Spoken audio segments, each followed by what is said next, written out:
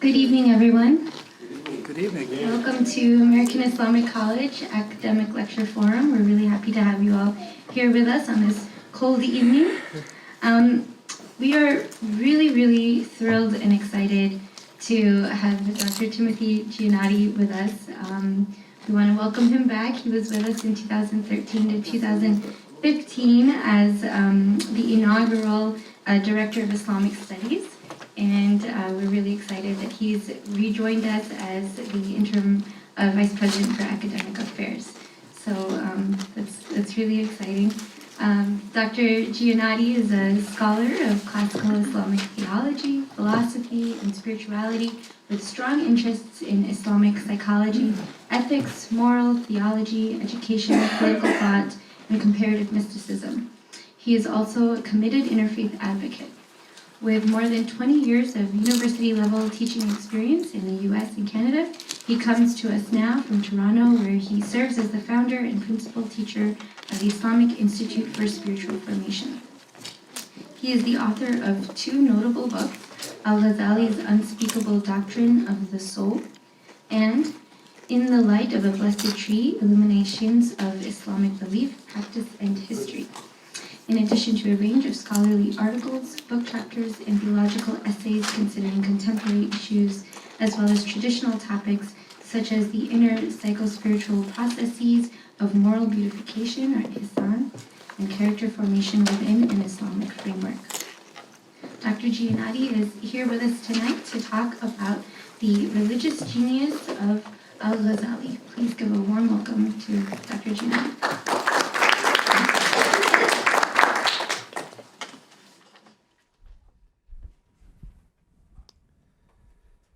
Thank you so much.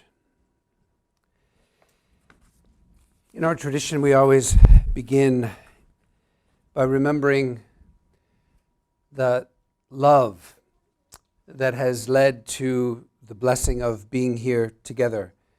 And so we begin always, Bismillahir Rahmanir Rahim, in the name of God, who is the loving nurturer of the creation and the infinitely compassionate. It's such a pleasure to be back at AIC. Such a pleasure to be back at this college at such an exciting time in the college's history. We've some people don't like me referring to the struggle, but as J. Cole, a rapper that my girls listen to, says, there's beauty in the struggle. There's beauty in the struggle. And I think that there's beauty in the fact that AIC has struggled with a vision that perhaps in the beginning was too big, too great for the building and for the people who were shouldering it. And it's still too big for us. But we live in a moment where we live in joyful expectation for the opportunity to spread our wings and to begin realizing this dream of bringing into being a liberal arts university that has Islam unapologetically and unambiguously at its core, and yet will be here for the service and the education and the ennoblement of everyone. And so it's very exciting to be back. As I said to Dr. Tipu in the very beginning tonight, that some things are better the second time around. And I think that I'm feeling that right now very much with AIC. So let's talk a little bit about religious genius tonight. So this all began, and let me just see, there we go. This all began as many things in this building did. Whoops. There we go. This all began actually in the back of a taxi from the Casablanca airport up to the mountains of Ifran, which may have been the first time that we crossed paths, but we're still not sure. Dawood and I are not sure. But there I was in the Casablanca airport, ready to meet an Israeli Orthodox rabbi who had been working with this team of Muslim theologians on a project trying to hammer out the theology of interreligious understanding. And so there I was with Alon in the back of a taxi riding up into the mountains. And so began a relationship that now has been with me for more than a decade. And over time, I got to know a little bit about Alon and about his institute, the Elijah Institute, the Elijah Interfaith Institute in Jerusalem. And I came to know that he had a fascination with saints.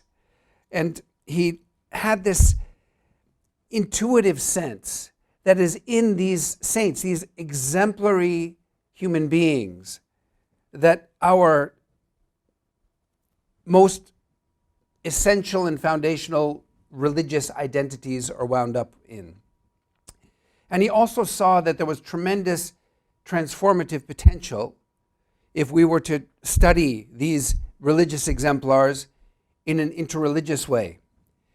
And so over time, as he and I worked on several projects, over time he received funding from the Templeton Foundation to gather a whole team of scholar practitioners, people who not only study religion, but are courageous enough to admit that they are somehow affected by what they study.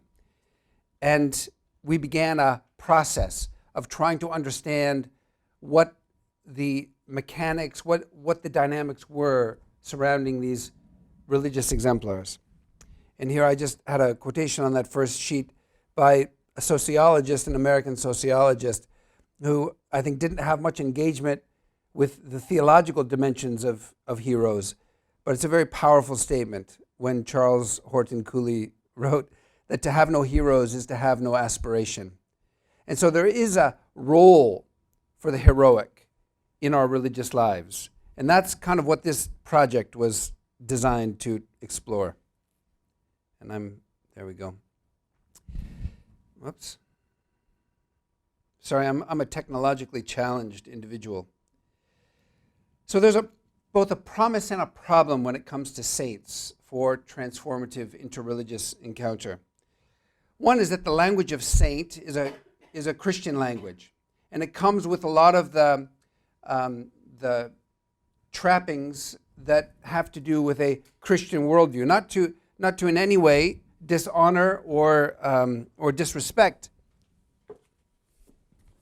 the Christian understanding of sainthood.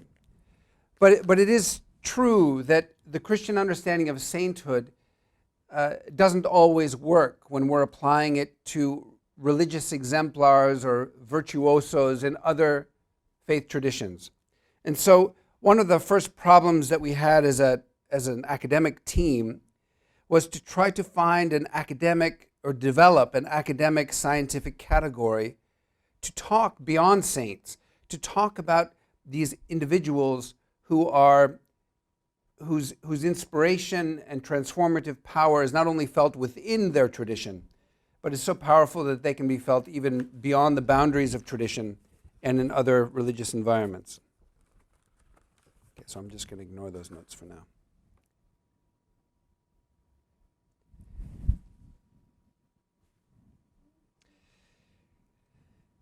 And so as we tried to develop this language, we had a few psychologists who were part of our discussion, and we were working very much within the context of the Templeton Foundation, within the scientific realm, as well as within the psychological realm of William James and the varieties of the religious experience. And so we came up with this idea of the religious genius. Someone who, by application of intuition, intellect, noetic, mystical experience, and a totally engaged and integrated personality, brings about a new understanding of reality and generates a deep and enduring transformation within a religious tradition. So some of the general characteristics that this team of scholars developed was that the religious genius provides creative and constructive solutions for solving religious and spiritual problems, usually within the framework of a particular community or tradition.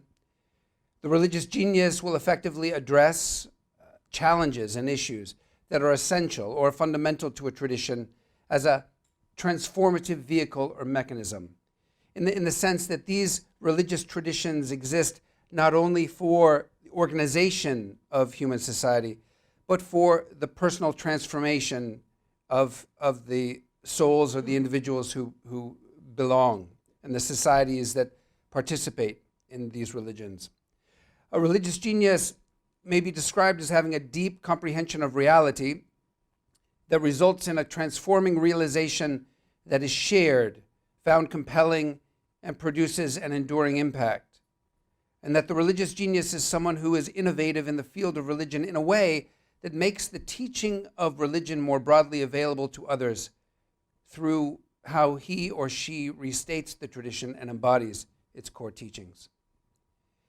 So some of the criteria as we worked through with real examples, both living and dead in our minds, some of the characteristics that we developed included love, purity, humility, self-surrender, an expanded awareness of reality, the logic of imitation, the logic of emulation, and the religious genius event, and the religious genius's inspirational power beyond the boundaries of tradition.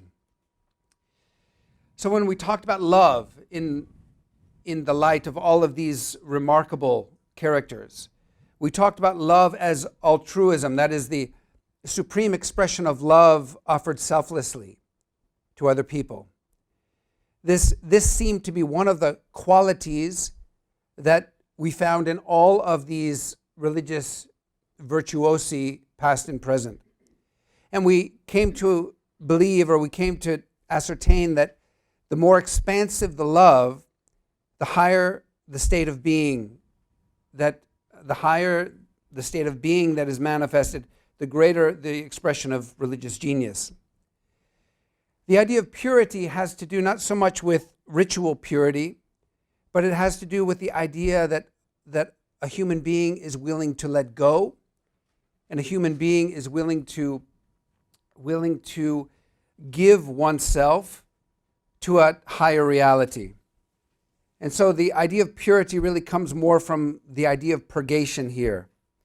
And then the perception of the higher order, that is the ultimate, this idea that there's something there that beckons the person on and that inspires the person to be courageous enough to let go of everything that is not that ultimate destiny. And as we go through these, we can already think, for those of us who are familiar with the biography and the teachings of Abu Hamid al-Ghazali, we can begin to think about these elements already present in his own life. For example, when we're talking about this selfless love, I was just reading today in a book called The First Islamic Reformer that Imam Ghazali had many peers who did not go back to teaching after illumination, who lived their lives in relative anonymity and stayed in a contemplative state. But Imam Ghazali had a drive, not only an invitation to return to teaching, but he had a drive to return to teaching and to work for the reform of the community. And so it was this kind of selfless love that led him back to the community, back to an active life of teaching, which of course clipped his time and his opportunity to be in silent, contemplative conversation with God. And when it comes to purity, we also think of his own irresistible compulsion to leave fame and fortune and influence and public life and to let go of all of that for the promise of finding God. And so purity is not so much about a certain type of personality or an attitude or a state of ritual purity here. It's about more the willingness to let go of what is so that what can be can come into being. And then the idea of humility that we found characteristically present in all of these religious exemplars, these religious geniuses. Humility was understood as a proper recognition of one's position in the great scheme of things.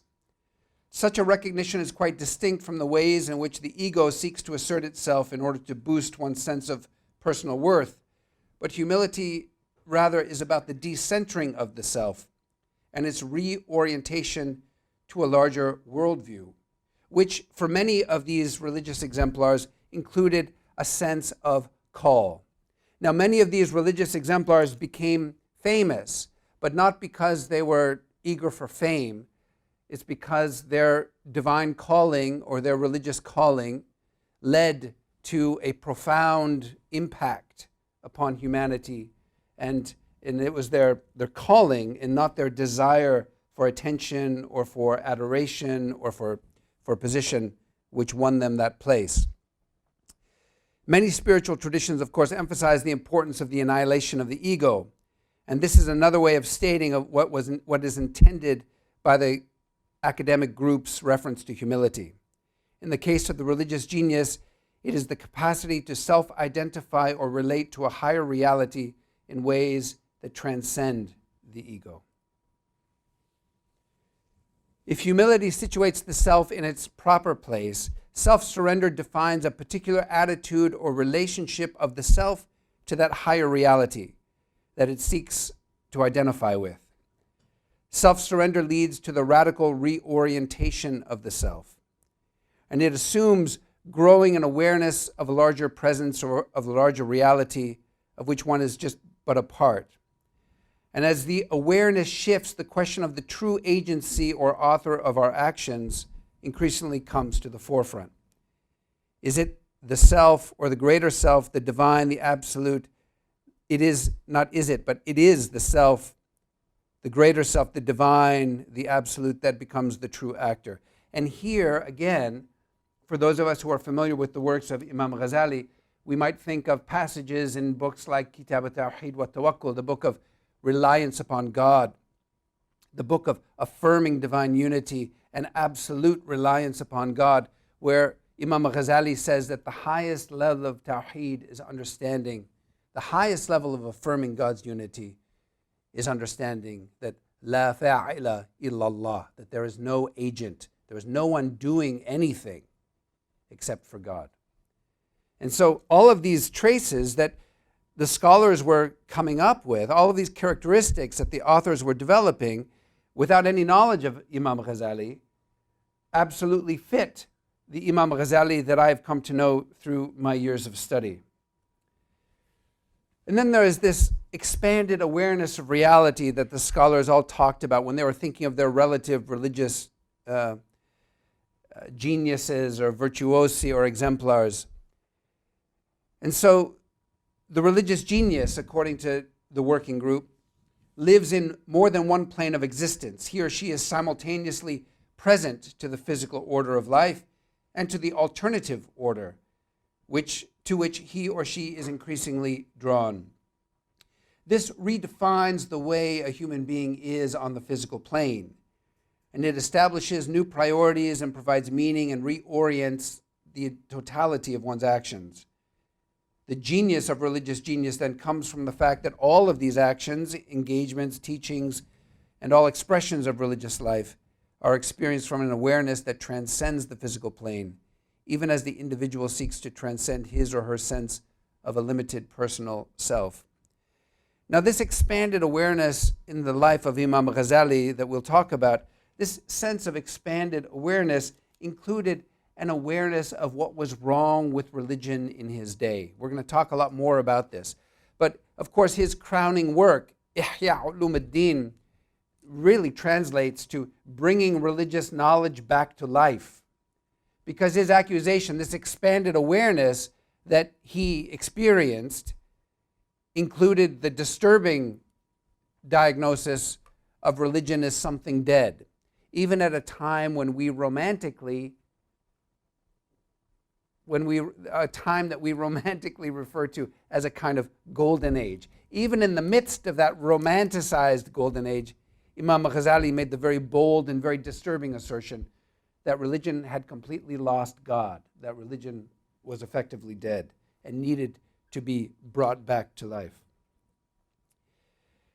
Now, the logic of imitation that the scholars developed was this idea that there is this higher realm, this higher order, and that the religious genius or the religious exemplar seeks to align himself or herself with that higher order. And so the language of, or the logic of imitation then has to do with the transformation of the religious genius in the face of that expanded awareness of reality. And then the logic of emulation has to do with the relationship between the religious genius and the community, and their sense of now seeking to emulate this religious genius who has now aligned himself or herself with a cosmic order or an ultimate reality that cannot be seen or glimpsed or sometimes even imagined on the physical plane. And so the logic of imitation relates to the interior life of the religious genius as that religious genius relates to a higher reality, and the logic of emulation relates to the ways in which others seek to imitate the excellence or the inspiring example of the religious genius. We're going to see both of these very much at work in the life of Imam Ghazali and the legacy of Imam Ghazali. This logic of emulation also conjures up something that the scholars will call the religious genius event, which means that a religious genius, it's possible that there are illumined, enlightened religious exemplars who live and who never become known. But that for someone to become a religious genius, it also requires that kind of social impact and that social event which leads to the transformation of a whole tradition and a transformation that is so powerful and so identifiable that even people outside of that tradition can see it and recognize it for what it is. And so this is the religious genius event, and that is to say that so many of these religious exemplars are, maybe all of these religious exemplars, including the ones who are still alive today, that their interior life never is fully disclosed to us. It's never fully visible to us. And so sometimes all we know about their interior life is known through the social wake, the social impact, the tradition impact that they have. Rumi has a beautiful poem in which he talks about coming to know someone who doesn't talk to you. And so there's this competition and these three brothers who are competing against one another to try to answer this clever question in order to win their inheritance. And the one who wins the competition is the one who says that I build out a ladder of patience and I sit before the one who doesn't speak to me. And then somehow I come to know that person, not by what they don't say or what they say, but I come to know that person by the words that come out of me when I'm in their presence. This, of course, is a metaphor for how do we come to know God when God isn't speaking directly to us. But the idea is that we can come to know that person not by always what we can see in terms of their interiority, but by the incredible impact that they have upon others. And that's the idea of the religious genius event. And then finally, the scholars talked about this inspirational power of the religious genius that transcends, goes beyond even the boundaries of their own particular religion. And we have many examples of that we can think of today. We can think of scholars or teachers. We were just talking about Pema Chodron today, I think one of the great luminaries, one of the great spiritual teachers of our time, who's an American Buddhist abbess in a monastery in Canada somewhere. But her teachings are so profound and so powerful that she's being read by all kinds of non-Buddhists. She's being read by Jews and Muslims and Christians and people who recognize the power of what she's teaching, because even though she's very much operating within a very specific confessional environment, but they recognize the power and the profundity of her teaching because of the power and profundity of her own person. We can also think of Amma, right, the hugging saint in Hinduism, who is being hugged by, or who Muslims, Hindus, Christians, Jews, Buddhists, everyone will line up to be embraced by her because her embrace is such a powerful and personally transforming experience. We can think of many others. We can think of Rumi, the most popular, most read poet in America right now. a 13th century Sufi mystic who probably never missed a prayer himself, and yet he's being read by all kinds of Americans some of whom have no idea that he's even Muslim, but they think he's a great poet. There are all kinds of issues with that, but the core value of that for our discussion today is that we have these people, both in history and in the current moment, whose profundity is so palpable and so obvious, and whose relevance is so far-reaching that even people outside of their religious boundaries are experiencing the profundity and the transformative power of their teaching. Certainly, that was also my experience when I discovered the writings of Rav Kook, Abraham Isaac Kook. He was the chief rabbi of Jerusalem in the British Mandate period before the establishment of the State of Israel. And he was this incredible mystic, an ultra-Orthodox mystic with a universal heart. All kinds of terrible political things were done with his teachings and to his teachings after he passed away, but I have no doubt that he was one of the great luminaries of the 20th century. Because even reading his writing in English, and an English translation of his Hebrew writing, it was so powerful that it consumed me for days and days and days as I was reading his work on penitence and on holiness for the first time. So these religious exemplars that the scholars were considering all have this universal reach, which goes far beyond their tradition, so much so that even peoples of other faith traditions can recognize the power and profundity of their work, their life, and their legacy. So some examples from world religions that some of the scholars were working on. We have Amma, the hugging saint, believed to be the incarnation of the Divine Mother, who by no means is embracing and transforming only Hindus. Of course, Ramakrishna, Francis of Assisi, Saint Gregory of Nazianzus. I'm not even sure who Saint Gregory is, but we had one of our scholars was working on him and was insisting that he had this transformative power. Baal Shem Tov, the founder of Hasidic Judaism in the 19th century. So we have so many people were working, and so many of these scholars were working on these people who had this kind of transformative power. Now, we're talking tonight more specifically about the religious genius of al-Ghazali in the light of these scholarly discussions. There are six main, even though many of these points and many of these characteristics I think can be found in the writings of Imam Ghazali and in his legacy, there are six main points that really stood out to me as I was considering Imam Ghazali as a candidate for religious genius. And we won't have time tonight to go into the biography and his life story, but we will refer to it in passing. So one was his clear diagnosis of a perennial spiritual malady that was particularly pronounced in his own time. And this taps into what I would call his spiritual awareness in the light of the religious genius discussions. Another one was his insightful and culturally adapted treatment of that spiritual malady. So both the diagnosis and the prognosis of this pandemic that he identified. Another one was his authenticity, which emanated from his willingness to embody the transformation that he envisioned. And this has to do with the categories of purity and imitation, but his willingness to let go of everything that was not that spiritual destiny, that spiritual calling, to let go of everything, and his willingness to embody the transformation that he envisioned.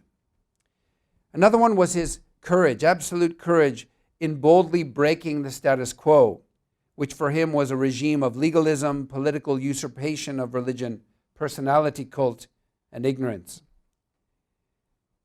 Another element of his genius is the richness of his writings, which are multivalent and seem to offer something for everyone. We're going to talk more about that. He's criticized for this as well. And finally, his personal and yet almost archetypal narrative of awakening, in which one can hear the echoes of Buddha, Jesus, Moses, St. Francis, even Plato in Heracles. There's something of the heroic journey. I think James Campbell would have, is James Campbell? Joseph Campbell, sorry. James Campbell is a professor friend of mine at the University of Toronto. I'm crossing wires. But Joseph Campbell would have seen something of the heroic journey in Imam Ghazali's personal narrative. And as we look at it tonight, we'll see traces of the Buddha's own journey and other great religious and heroic stories that are kind of represented by the same kind of movements in Imam Ghazali's own journey. So let's talk about the diagnosis for a minute. I think that reading my translations from the Ihya may be a little bit too heavy for tonight, but I think it's important for us to realize that Imam Ghazali was an angry man. And he wasn't angry on his own behalf, but he was angry on behalf of what had happened to the religion of Islam. And in his view, the religion itself, God, had been betrayed by these ulama, these scholars, these religious scholars, who had turned this religion into a business and had used and misused the religion for their own aggrandizement, for their own enrichment, for their own comparative relations with other scholars. And in doing so, the religion of Islam lost its core idea, which to him was the return to God. Everyone was bickering about whether science, the science of theology, al-kalam, or their science of jurisprudence, al-fiqh, which for him wasn't the original meaning of that term, but still, the jurisprudence. Everyone was arguing about whether their science was the queen's science, the king's science, the science that would dominate and include all other sciences. And in their rush for dominance and for fame and for political influence, they forgot what religion was in its very core. And that is a mechanism by which our restoration in God, our return to God, is facilitated. And so his diagnosis then was that Islam had lost its soul in his day. We had lots of Islamic institutions. He himself was a professor in one of the fanciest of institutions, the Nizami in Baghdad. And he had hundreds and hundreds of followers. He was a personal friend of the political authorities of his time. So he had influence, he had money, he had power. And so in his critique of the religious life, it really was a broadening of his own critique of himself. And so the first person that he condemned for having sold the signs of God for such a miserable gain, as the Quran would say, the first person that he condemned was himself. And so as a scholar of religion, he felt that he himself had become a godless individual and had bought into the deception, bought into the values of the world, and had lost God. And so he ran away. He fled his position, he fled even his family in search of God, because he felt that not only he, but his entire faith community had lost God in the process. And so the treatment or the remedy that over 10 years he came to realize was the reclamation of a teleological science. That is, a science which focused, or a form of knowledge, if science is perhaps too difficult for us to use in this context, but a form of knowledge which centered on the core idea of the ultimacy of Islam, the ultimate goal of Islam. And his realization was that if this religion is not about the return to God, each and every person, if this religion is not about your preparation for returning to God, then it's not about anything. It's not about anything. And so what he what he argued for was the reclamation and the championing and the systemization of a science which was not new, but it was just new to the nomenclature of the Muslims.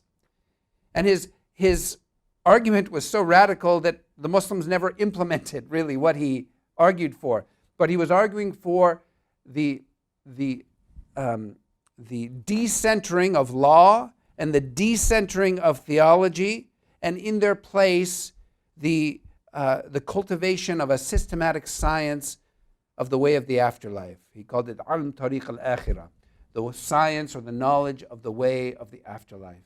And he said that this was the core science of Islam, the preparation of hearts to return to God so that they would be able to present to God a heart that was pure and wholesome and acceptable to God. And so those spiritual cardiologists, those scientists, those people of knowledge who were working psycho-spiritually for the cultivation, the purification, the guiding of hearts to return to God, these were what he called the ulama al-akhirah, the scholars of the next world. And the theologians and the jurists he relegated to ulama ad-dunya. These are the scholars of this world. Because the jurisdiction of the legal scholar, he says, ends with the body. Because Islamic jurisprudence and Islamic law has to do with our physical actions and interactions in the world. And he said that the true religious science is the science that makes that meaningful, that is, that attends to the simultaneous cultivation of the heart and preparing it to meet God. And so his remedy was a radical remapping of the religious sciences, not getting away with law, not getting away with theology, but relegating each to their appropriate place and putting in the middle, right? Restoring a kind of theocentric, heart-centric value in the way Muslims understood their religion, which is fundamentally about the restoration of humanity, one soul at a time, the return of humanity, one soul at a time, to God.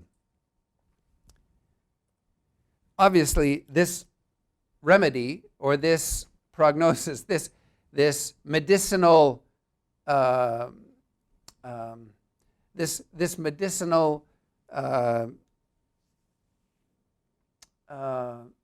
operation on the religion was not well received by the scholars of his day. His colleagues, his fellow jurisprudents, his fellow theologians, obviously he knew this was not going to go down well, but he courageously and boldly and apocalyptically even announced that until and unless Islam rediscovered its soul, which is the return to God, the science of the way of the afterlife, all of this was dead. All of it was dead and without meaning.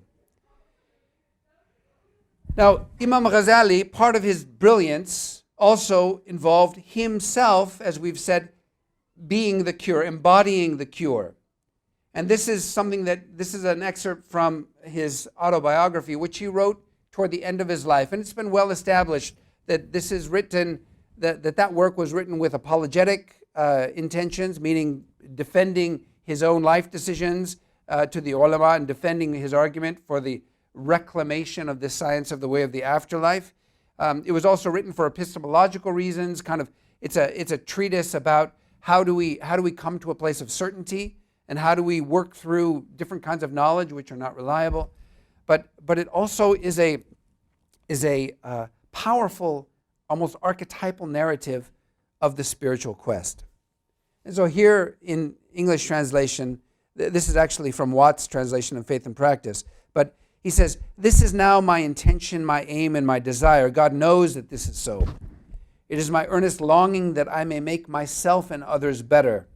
I do not know whether I shall reach my goal or whether I shall be taken away while short of my object. I believe, however, both by certain faith and by intuition, that there is no power and no might save with God, the high, the mighty, and that I do not move of myself, but am moved by him. I do not work of myself, but am used by him. I ask him, first of all, to reform me, and then to reform through me, to guide me, and then to guide through me, to show me the truth of what is true, and to grant of his bounty that I may follow it, and to show me the falsity of what is false, and to grant me of his bounty that I may turn away from it. This is one of the powerful statements he makes in this autobiography, which he wrote very late in his life after his return to teaching. But what it shows us is that part of his brilliance, part of his staying power, part of his inspirational power, one of the reasons why Imam Ghazali continues to be read today, and why in some mosques the writings of Imam Ghazali continue to be locked away today, is because his message continues to have tremendous power. His voice continues to be relevant, because both the diagnosis of the sickness, the pandemic of his time, sadly is a perennial diagnosis. And his recommendation, his medicinal treatment of that pandemic continues to be a perennial treatment, a perennial approach or corrective to those cultures and societies that want to reduce religion to being about power relationships, about gender relationships, about law, about theological fine points, which really only came into existence to defend and never to disclose the reality of things. So his courage in challenging the status quo can be found in many, many documents, but there's just the first few lines of this are enough for us to just taste how combative he was and how courageous he was when he said that know that whosoever comes to know the truth by way of men has become perplexed in the labyrinths of air. Know the truth, and then you will know its folk, if you yourself are walking the way of truth. So Imam Ghazali was not a passive man. He was a soul that was ready to fight, not on his own behalf, but on behalf of a tradition that he believed was given for the salvific restoration of humanity and had become reduced to a mechanism by which people became wealthy and powerful and famous and self-aggrandized. Now, the multivalence and fecundity, the richness of Imam Ghazali's writings, the multivalence, that is, there's something for everybody in Imam Ghazali's writings. And this is something that he's been criticized for, and also something that has been appreciated as early as the Andalusian thinkers, Ibn Tufayl and Ibn Rushd. Ibn Rushd said Imam Ghazali was an Ash'ari. He was like a theologian with the theologians. He was a Sufi with the Sufis. He was like always trying to be everything to everybody. But Ibn Tufayl had a more nuanced, just prior to Ibn Rushd, had a more nuanced appreciation for Imam Ghazali and understood that Imam Ghazali's teachings really were multivalent, were multi-level. And Imam Ghazali's goal was always to give according to everyone's capacity. That is, never to give you more than you are able to handle. And he said that there are some teachings, like the teachings of the secret of the Spirit, which are forbidden even to teach, right? That there are certain things that can only be taught through oral transmission between the teacher and the student. There are certain things that can never be committed to writing. And even in his writing, we see that there's all kinds of multi-level messaging going on in his writing. And so there's something about Imam Ghazali's writing which continues to be this rich field in which we can harvest new insights and new meanings today.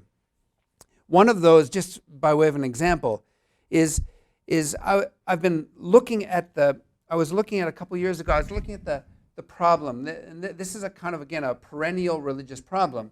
And it goes all the way back to Plato's Euthyphro, where Plato asks Euthyphro, he says, is something good because the gods have commanded it? Or have the gods commanded it because it's good? And how do we know the difference between legality and moral integrity? And for example, in our own religious environment, is it ever possible that something could be legally permissible and yet morally wrong in a particular situation? These are questions that Muslims have difficulty answering with. Even now, I was just a few years ago when I was here before, I was at the University of Chicago for a session on medical ethics, and it came up. One of the Muslim speakers there brought up this idea that Islam really has no sense of good or evil, because whatever God commands is understood to be good, and we don't judge it, right? We accept it because God has commanded it. And whatever God forbids, we treat as evil because God has forbidden it, and it's not for us to penetrate that. It's not for us to understand that. Muslims just have to accept it. And this is the problem. This what we would call a kind of divine subjectivism, or this is the problem when legality and moral integrity or ethical integrity become fused. Is that whatever is, if I can demonstrate that something is legally permissible, then it means that it's morally right, it's morally correct. And Imam Ghazali already sensed that problem. And if our discussion of ethics are only going to be legally derived, then we will never really have an independent discourse of ethics that can then interrogate law and to hold law in balance. That is, to hold it as a kind of check and balance within our spiritual life. And Imam Ghazali's commentary on the names of God present another way of thinking about ethics, almost in the Aristotelian sense, that ethics is about human happiness, our ultimacy, our relationship, our restoration in God. And ethics then is the science of human happiness, the science of bliss, the science of that process of restoration. And whereas law also plays a role in that in a societal way, that ethics then becomes the science, just as Aristotle himself, after the ethics, went into the politics, so too Imam Ghazali is pioneering this discourse of ethics which is not rooted in legal structures, but is rooted in the divine names themselves. And so if you notice it in his commentary on the divine names, he's not only talking about the divine names, but he's talking about the process of human embodiment of those qualities. And so the divine names, after his, what I would almost liken to a near-death experience, after his awakening, where everything now was transformed, the way he thought about everything, the way he thought about religion, the way he thought about everything, the way he thought about himself, everything had become transformed in this new awareness of reality. He understood that the divine names were also a roadmap for human restoration and perfection. And so the ethical discourses which flow from his commentary on the divine names present a way of thinking about ethics, a way of thinking about what it means to be a spiritually infused, theocentric human being that is completely separated from law. And if the Muslim community, because we really don't have an independent ethical discourse, at least not on a widespread level, on a wide scale within the Muslim community. But if we were to revive this sense, this vibrant sense of an ethical discourse, we would have a way that is also revelation-based, but we would have a way to really challenge those people who say that if I can show you that it's legally permissible, then it's ethically correct. We can do it. And so one of the ways in which Imam Ghazali's richness manifests itself is that even now, as we're trying to challenge the problems that we face as a community, even now, Imam Ghazali's brilliance and genius can be our ally and of tremendous service as we're trying to face the realities that we face. Now, as I say this, I have to also be very clear. When I raise Imam Ghazali to the level of religious genius, it does not mean that he was a religious genius in everything. These are all elements that I think are worthy of discussion, worthy of our attention, worthy of our thinking. But when it comes, let's say, to husband-wife relationship, I would never bring Imam Ghazali into that conversation today. Because in some ways, I think he was still very much a man of his time. And so I don't think that we can elevate every aspect and everything that he ever taught. I don't think we can elevate it all to this level of great genius. But I do think that even though in some ways he was bound by his time and was bound by notions of understandings of gender and understandings of his own time, there are other aspects of his thought which really do not only transcend time, but they transcend denomination within the religious world of Islam, and also transcend the religious boundaries of Islam and those who self-identify as members of other faiths or of no faith at all. Now finally, this was an element that I didn't think of myself. It was brought to my attention when I was talking about this project with a friend who was a scholar of Buddhism. And when we talked about the life of Imam Ghazali, he said, it sounds to me like it's the life of the Buddha, right? That he left this position of power, he left this position of influence, he left this position where he had a good credit score, all these things, right? And he left it all because there was something that was in his heart that was compelling him. There was some disturbance. There was some awareness of his own bankruptcy, and so he was compelled to leave it. He couldn't stay. He was compelled to leave it all. And then, as he went out in search of enlightenment, as he went out in search of God, and as he gradually found what he was seeking, then eventually he was brought back to spend the rest of his life teaching, mentoring, coaching, writing.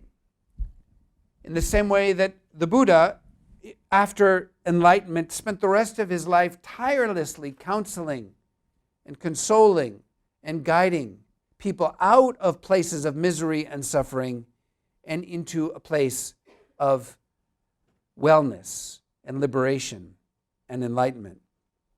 And so when we think of Imam Ghazali's journey, there's almost like a fabric of the archetype of the spiritual journey woven into his own narrative. And I don't think that was his intention in writing his autobiography. I think scholars have documented quite well that his intentions were more epistemological. It was more of a treatise about knowledge and about coming to certainty. And it was also an apologetic piece that was defending him against other scholars who were accusing him of corrupting the religion because he was moving things around and relegating other sciences to subordinate places beneath what he thought to be the queen of all religious sciences, which is the heart science, spiritual, the shaping and guiding and purification of hearts as they make their way to God.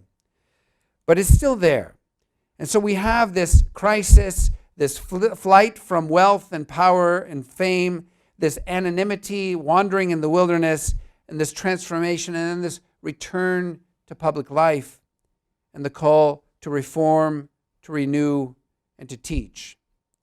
And so all of these elements, when taken together, help to explain how and why Imam Ghazali continues to be a very contemporary voice within the Muslim community, why our students here at AIC all are getting a fair dose of Imam Ghazali, why he remains controversial, but also there's this sense of transformative power, this sense of transformative power which is identifiable even beyond the boundaries of the Islamic tradition.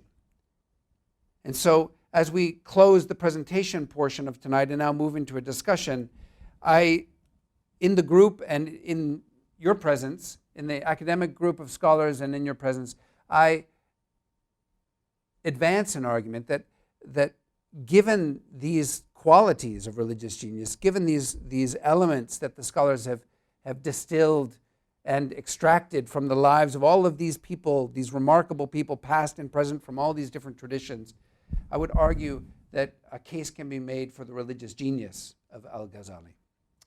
Okay, I'll leave that with you, and thank you so much for being here and for listening. And sorry for the technological problems.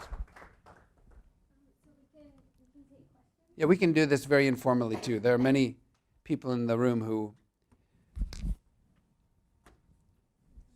know the literature as well as I do. You know, I don't even think we need to worry about the microphone too much. We're a small group anyway. Okay, so what?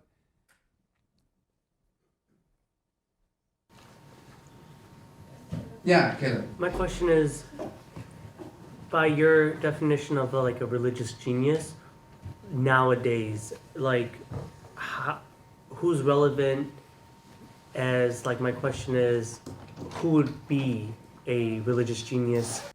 Well, this is one of the interesting things, and this whole project was brought into being because it was believed that it had transformative power for interreligious engagement and dialogue. That is, that we can embrace these remarkable people, past and present, who represent what is most true and most inspiring and most luminous about our religious traditions, and we can bring them into conversation with each other and bring them into the room, so that we're not just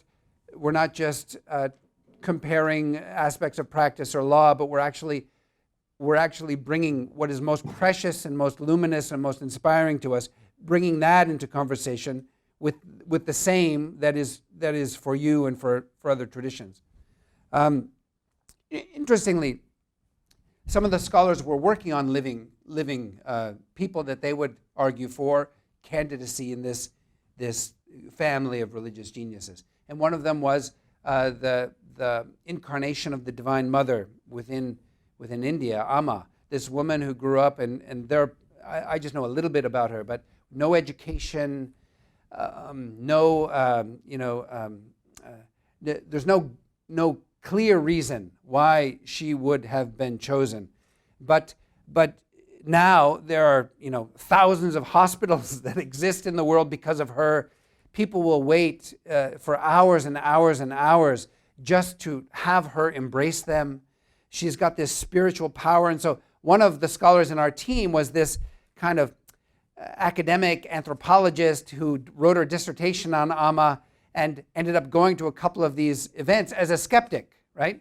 Thinking that she was just there for academic purposes. And yet when Amma embraced her, she had some kind of inner stirring, some kind of personal experience, transformative experience. And so she doesn't quite understand it as an academic, but she absolutely believes that something very powerful and very transformative is happening with this woman who travels the world and hugs Muslims, Hindus, Jews, anybody who wants to come and be embraced by the mother, she'll embrace. And she'll do this for 12 hours, 15 hours without a break, just without food. I mean, it's just incredible. And so she is a living example of what at least one of the scholars in our group was studying and writing about as a religious genius. Yeah. When you said after his, illumination, when Imam al-Ghazali focused on the afterlife, when he focused, from what you were saying, preparing the hearts for meeting God in the afterlife, how did that differ from what others? It's okay, I can hear you, but we're good. It's good. Good. Records though. Oh, man. From how other scholars of his time, well, I guess what was the difference between that and between what other scholars were teaching in terms, like how did they not prepare people? Well, yeah. Again, I mean, I didn't live in Baghdad of his time, but his criticism, right, is that each of these sciences and each of the scholarly community that embraced these sciences, he said that the religion itself was being transformed into something worldly, that the vocation of being a scholar was now becoming a worldly vocation. It brought wealth, it brought fame, and the focus became increasingly upon competing for disciples. The focus increasingly became upon why my science is the master science and you must study with me or you must study with us. And also at this point, Islam was becoming, more and more politically integrated. And so especially scholars of Islamic law who perceived themselves at that time, according to his own remarks and according to his own evaluation, perceived themselves as being the kind of the master Islamic, scholars, that they were becoming, deeply involved with the political powers of the day, as he himself was, right, with the Seljuk Sultanate and with the political leadership based in Baghdad at that time. And so I think that what his worry is that the religion itself, that the scholars were wielding a kind of authority and power over people that was not liberating and was not focused upon preparing you to meet God. It was about you conforming to their I guess their own way of interpreting the religion, or their own kind of methodology, power structures. It was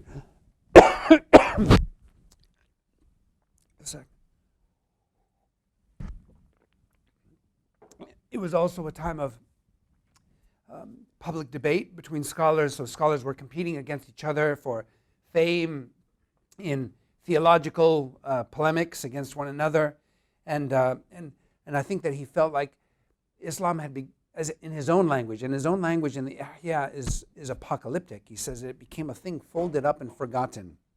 It was almost as if the world was ending.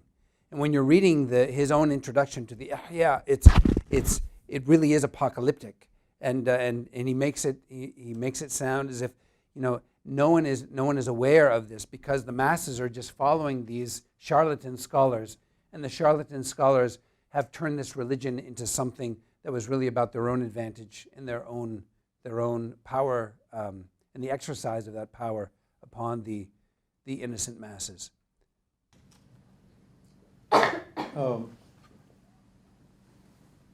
Very penetrating, but I wonder what Ghazali would say to the Chicago community, or let's say to the American Muslim community, in terms of this great rush to embrace the power structure, in terms of making your presence in parliament or in positions of power and getting to the threshold of the rich and wealthy and strong and so forth. That seems to be a question that, from what you're saying, is that's exactly what those so-called charlatan scholars were doing. Absolutely. So just three different questions, if I may. And the other is that you didn't address which is another issue, that what you described today to me is what is happening in academia in this country. That competition for resources, whether it's students or whether it's grants or whether it's recognition or fame or whatever. And that's what makes the person. And I wonder what he would have to say about that. And then the third is about the self, that the potential of the self must be recognized by the person himself or herself, but without, this suppression of the self is a problem, isn't it? Because when you say that such and such scholar or such and such mystic or such and such is so profoundly doing this, that, or the other, all he is or she is doing is expression of the potential of that self. It is like, a tulip that must flower and must express itself. Not doing so is sort of tragic and it is nipped in the bud. It is really a feeling of that you are not being thankful. So I just wondered if you would sort of address these issues from the point of view of Ghazali. Well, I mean, again, I mean, I can't I can't speak in his voice, and I certainly don't. I don't yet know the Chicago Muslim community well enough to be scathingly critical, and so I want to be. Yes. But I would say just answering those questions or responding to those comments in reverse. Then I would say that that according to according to Quranic and traditional Islamic teachings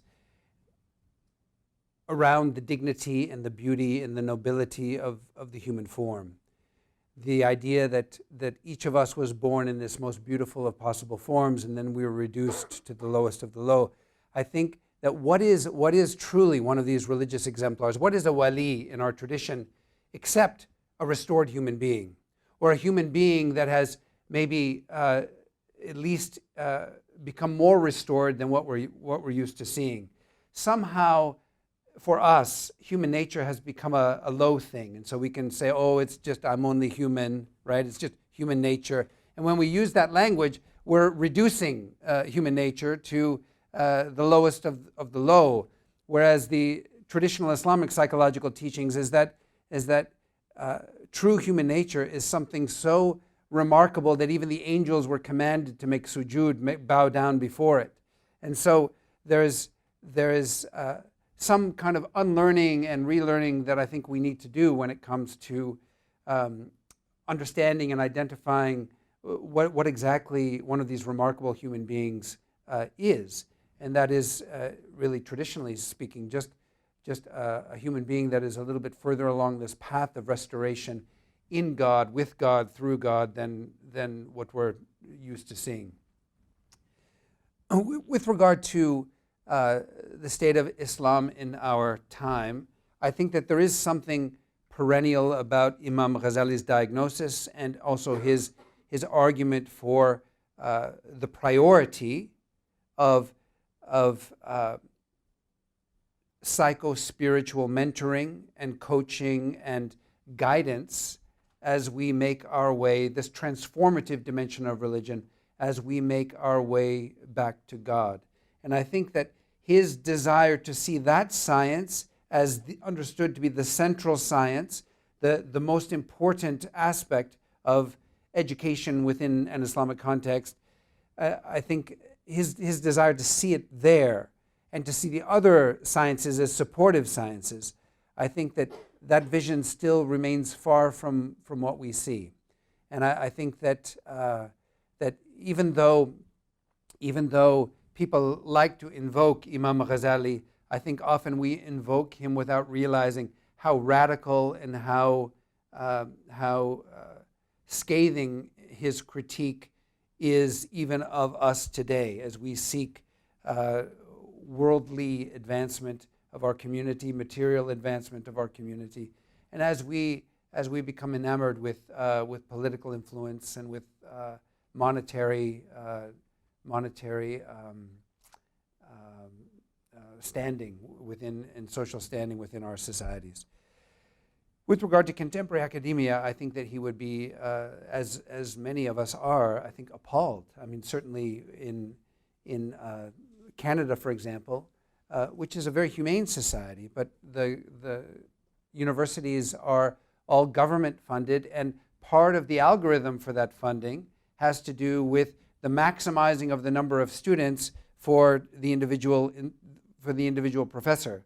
And so the idea of making the classroom more societally cost effective means that students will never come to know their professor in any kind of mentoring personal way, and they only will have their assignments graded by a teaching assistant who will forever be a kind of buffer between them and their professor, and that what makes sense societally when it comes to education, and many professors now are quite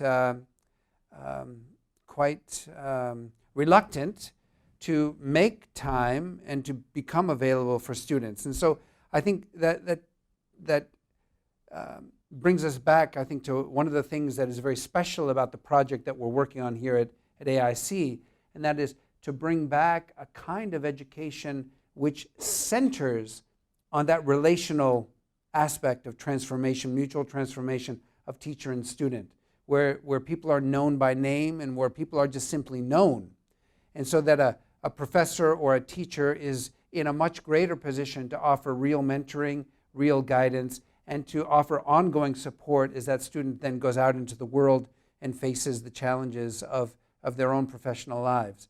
But I think that this is an old-fashioned idea which is very rapidly being lost and overwhelmed by online education, where I was talking to an Uber driver just the other day who is doing a whole degree program but doesn't know any of his fellow students, doesn't know the professor. It's all being done online, and there's a lot of information being exchanged, but there's no transformation, none at all.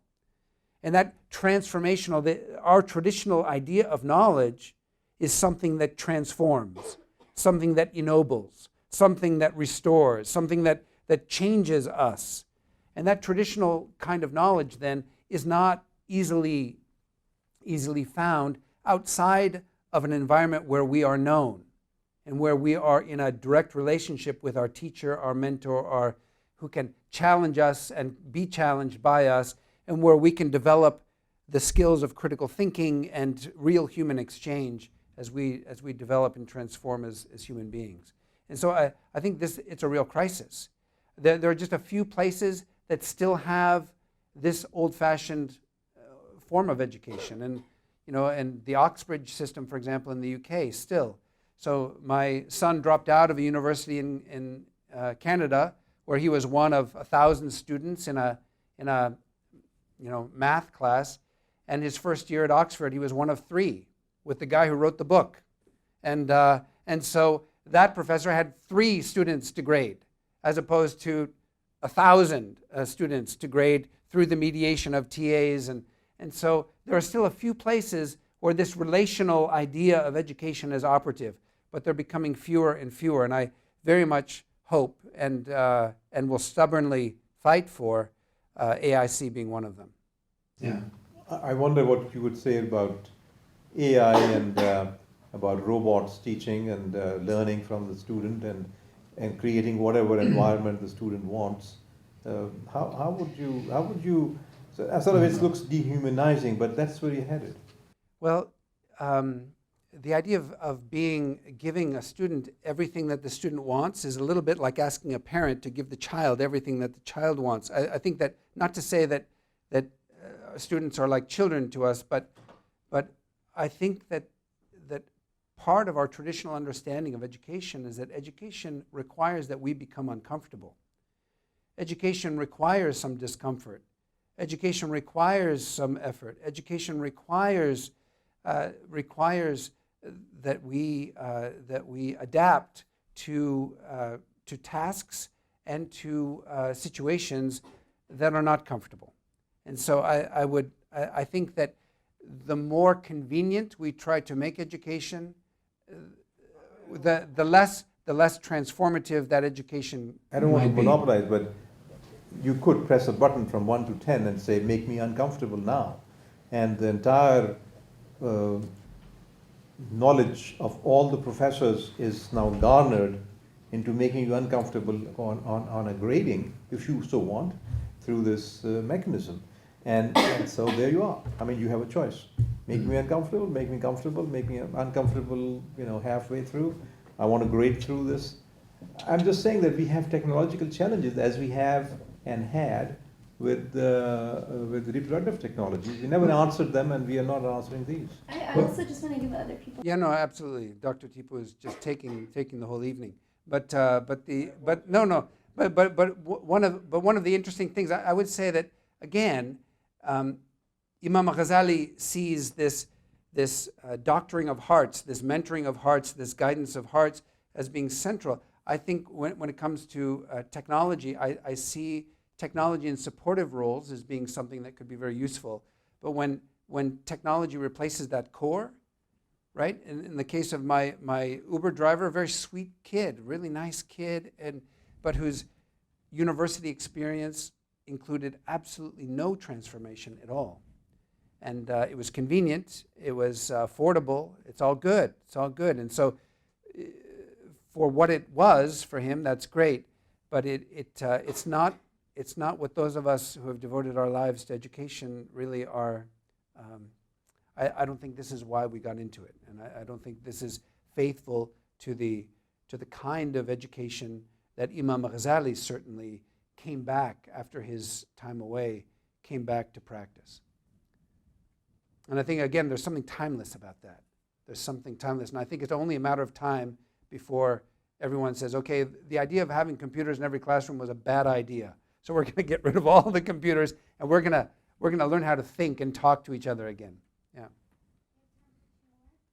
Sorry, Fatima. Yeah. Yeah, just to go back to the religious genius project, could you elaborate a bit more? Is there a discussion within the project on unity of the message of these religious geniuses? Not necessarily, because there isn't the intention wasn't to try to force let's say a unitive message, but the idea was that for transformative interreligious encounter, that these geniuses could be placed in the presence of communities. And we did some interesting pilot projects. So I went, I spent, before my son was at Oxford, we went and worked with some religious communities in Oxford, and we were working with some of these religious geniuses and reading their writings and discussing them in groups. And it was really interesting to see how everyday congregations were responding to these. So we were trying to sort of get a sense of how people responded to these geniuses when they were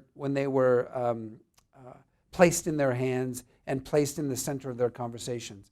And so I think that the idea was that this could be a different way of facilitating interreligious engagement, which didn't just sort of look at comparative practices, but it could really look at our highest religious ideals and look at these exemplars who exemplify these highest and most inspiring religious ideals, and to put them in conversation with each other, and then for us as communities to gather around them, and then to talk about similarities and differences, unity of message, or how they're the same, how they're different, and how they speak to each other in our presence.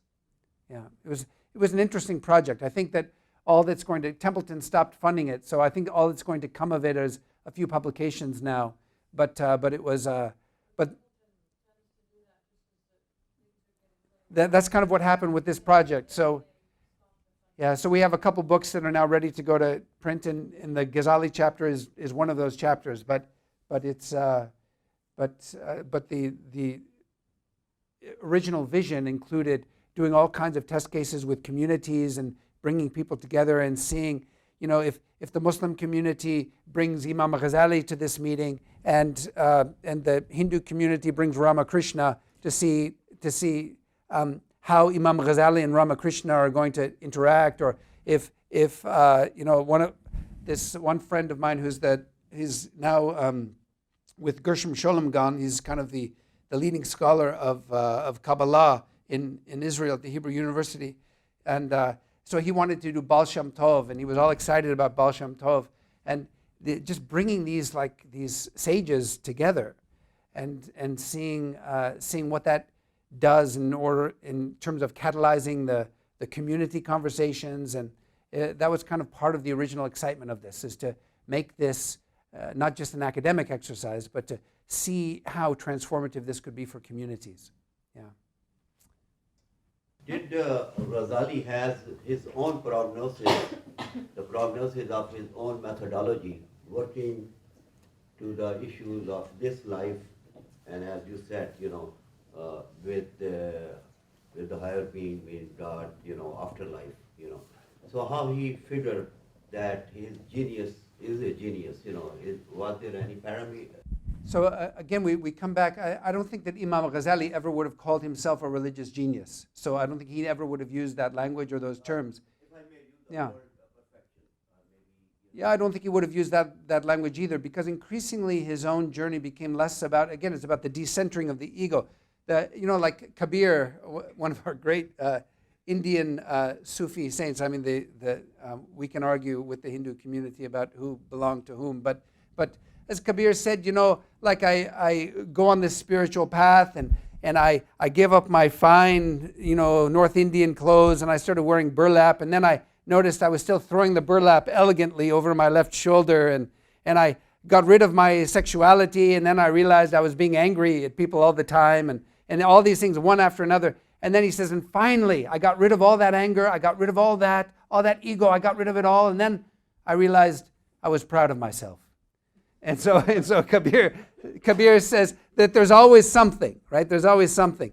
So the idea of perfection is a very egotistical idea, right? Because the spirituality of the divine attributes never have to do with our perfection, right? As human beings, it has to do with God's perfection and us inviting the divine adequacy into our inadequacy. And so I think that for Imam Ghazali, part of this, and for all of these religious exemplars that we've been studying, one of the things that we see in all of them is that the ego becomes truly decentered, at least to the extent that we can see in their teachings, in their life, in their legacies, that their ego becomes decentered, and the ego becomes greatly diminished, and their concern does not become their own perfection. Their concern becomes about something much greater and more transcendent and more magnificent than anything that their own self could have been. And that's even for Amma, who claims to be the incarnation of the Divine Mother, right? Some people would say, some people would say that that's a very egotistical claim, in the same way that Muslims who crucified al-Hallaj in 922 said that when Hallaj said, "Laysa fi jubbati illa Allah," there's nothing in my jubba nothing in my cloak except for God.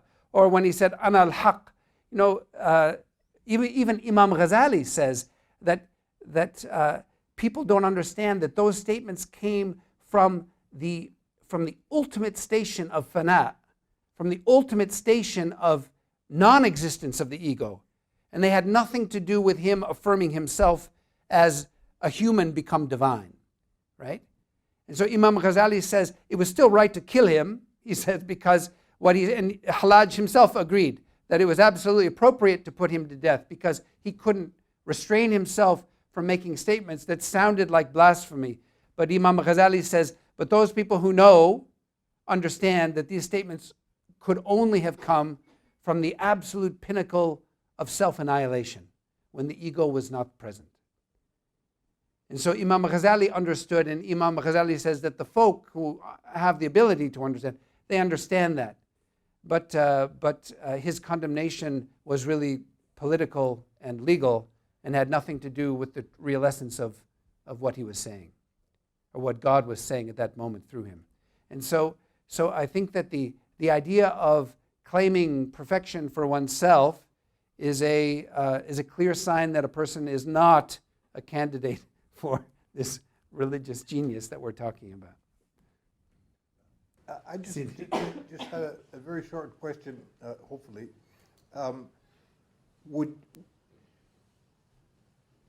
Are the prophets, as they're understood in Islam, are they de facto religious geniuses? And could they be considered in such a project, or you're looking at the offspring of?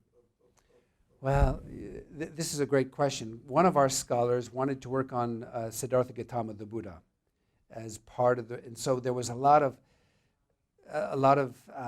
mixed feelings in the group about whether that was fair play or not, because it's if you look at the prophets of God, right, and at least according to our Islamic understanding of the Anbiya alayhim as-salam ajma'in, if you look at the prophets, they all have the hallmark characteristics that we're talking about, right?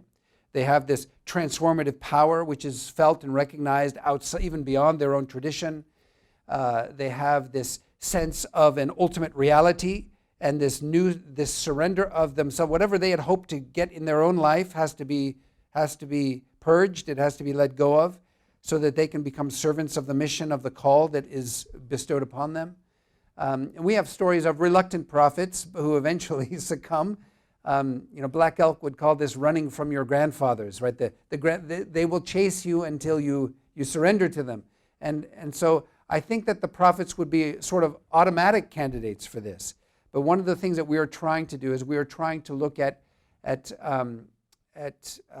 non-prophetic, non-founder characters, and to try to see what we could identify as common characteristics across tradition and across time. And so it's a great question though. But we did have one person working on Siddhartha Gautama, the Buddha, as a religious genius, and I think we already know what the answer to that question is, right? With everyone else, they kind of have to be weighed and evaluated and scrutinized. But yeah. Thank you.